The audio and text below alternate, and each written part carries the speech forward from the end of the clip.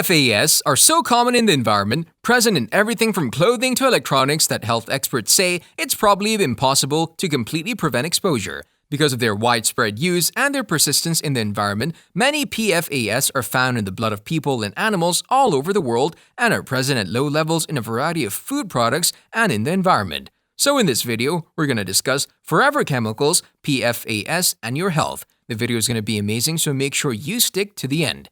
Before starting the video, be sure to smash that like button and subscribe to never miss out on any of our videos. In 1946, DuPont introduced non-stick cookware coated with Teflon. Today, the family of fluorinated chemicals that sprang from Teflon includes thousands of non-stick stain repellent and waterproof compounds called PFAS, short for per- and polyfluoroalkyl substances. When the U.S. Environmental Protection Agency assesses chemicals for potential harm, it examines one substance at a time. That approach isn't working for PFAS given the sheer number of them and the fact that manufacturers commonly replace toxic substances with regrettable substitutes, similar, lesser-known chemicals that also threaten human health and the environment. Animal models and human studies have provided strong evidence that PFAS alters the immune system, diminishing the ability to fight disease or respond to a vaccine. These studies have heightened urgency as nations across the globe grapple with the coronavirus disease 2019 COVID-19 pandemic and engage in a vaccination campaign of historic proportions. Researchers are intent on better understanding how PFAS affects coronavirus and other infectious diseases, as well as the vaccinations meant to stimulate them. Historically, PFAS compounds were used in various industrial activities and were components in many industrial and consumer products because they exhibit many useful properties. While government regulations have been passed to eliminate the use of these contaminants in manufacturing and other business practices due to the health risks they pose, these compounds are recalcitrant, or in layperson's terms, are not readily degradable and as a result are ubiquitous in the environment. As the United States EPA has indicated in their research findings, they're resistant to heat, water, and oil and also resist degradation in the environment. You may be familiar with technologies such as Teflon, Gore-Tex, and firefighting foams, which have PFAS compounds incorporated. From clothing to cooking, many have used products containing PFAS in their day-to-day activities. These chemicals are of concern because they have now been detected in groundwater, drinking water, and soils in many of our local communities. These chemicals can easily migrate into the air, dust, food, soil, and water. People can also be exposed to them through food packaging and industrial exposure. I think that people should be concerned about the amount of PFOA and PFOS that's in our environment. Susan M. Pinney, a professor in the Department of Environmental Health at the University of Cincinnati, wrote in an email, "These are chemicals with long half-lives, meaning they persist in the environment as well as the body. They can also accumulate over time. In the body, they primarily settle into the blood, kidney, and liver. A study from 2007 by the U.S. Centers for Disease Control and Prevention estimated that PFAS chemicals could be detected in the blood of 98% of the U.S. population. Individuals are exposed to PFAS through typical everyday behaviors, and studies suggest that high-level exposure to certain compounds, most notably perfluorooctanoic acid, PFOA, and perfluorooctane sulfonate, PFOS, can have serious health consequences."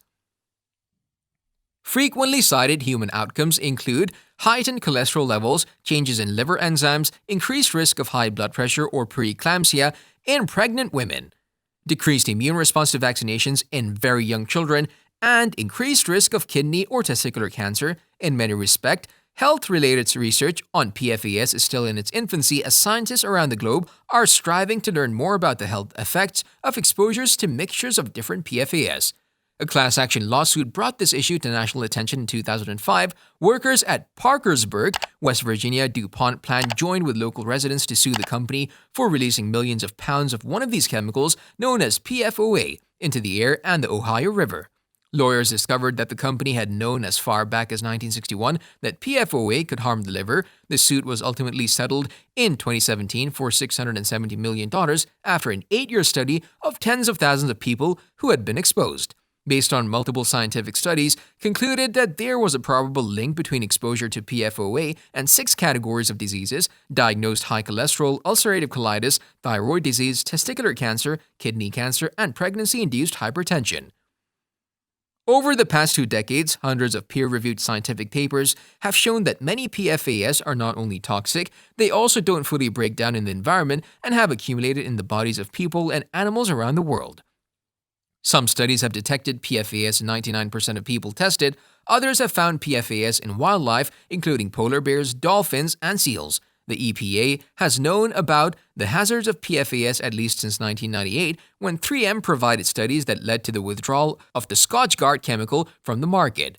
Since then, despite mounting evidence of PFAS's toxicity and contamination, the EPA has inexcusably dragged its feet. The EPA has failed to set a legal limit for any PFAS in tap water, and its non-enforceable health advisory level for PFOA and PFOS is 70 times higher than what independent studies show is needed. In 2019, the EPA announced a toothless action plan that would do nothing to reduce ongoing PFAS releases or clean up legacy PFAS pollution. About a decade ago, researchers started to detect signs of immune system after effects in humans. In 2008, environmental epidemiologist Philippe Grandjean of the University of Southern Denmark in Odense read a study on PFOS that worried him. He is also an adjunct professor of environmental health at the Harvard T.H. Chan School of Public Health in Boston, MA. Was already studying the immune effects of other environmental toxicants on children in the Faroe Islands who may be exposed through their traditional marine diets.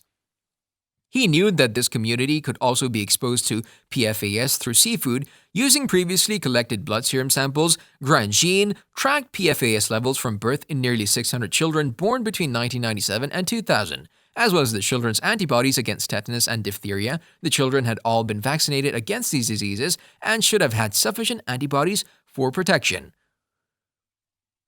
We were completely shocked when we looked at the data, Grandjean recalls. PFOS and PFOA are the two most studied PFAS chemicals and have been identified as contaminants of emerging concern by the Environmental Protection Agency. PFOS was voluntarily phased out of production in the United States by 3M, its main manufacturer. Starting in 2000, in 2006, PFOA began to be phased out as well.